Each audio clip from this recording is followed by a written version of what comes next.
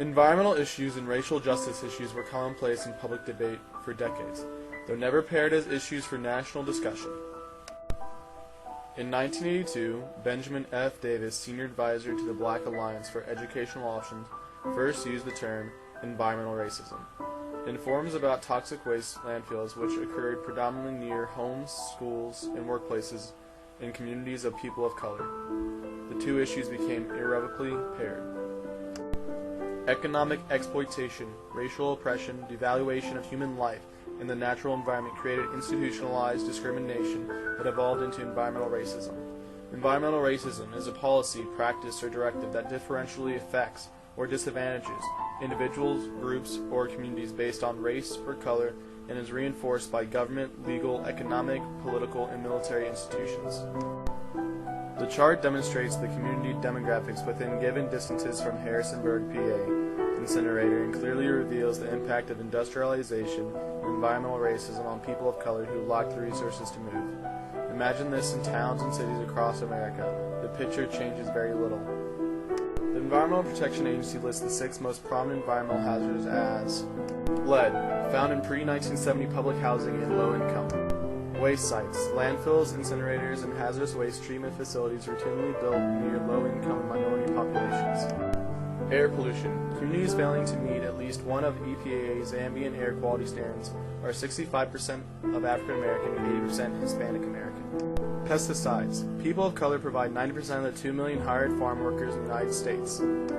Wastewater from city sewers divert overflow into local rivers and streams during storms. Wastewater from agricultural runoff includes fertilizers, pesticides, and concentration of animal waste, ruin streams and rivers. Common to all predominant populations of people of color in poverty.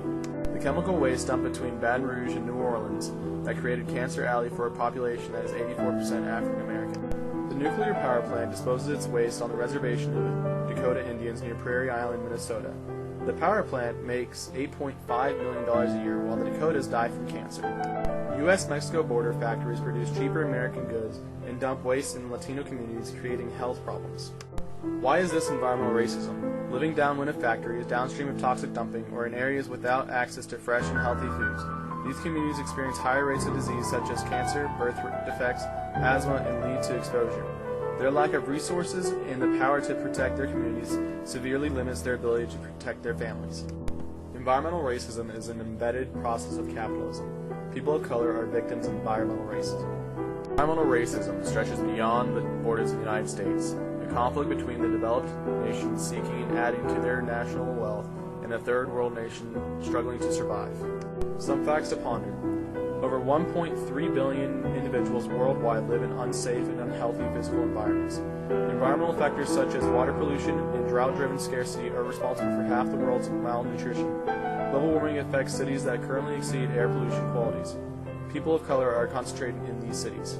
What can we do when more than 120 national constitutions guarantee environmental protection, yet enforcement remains an issue?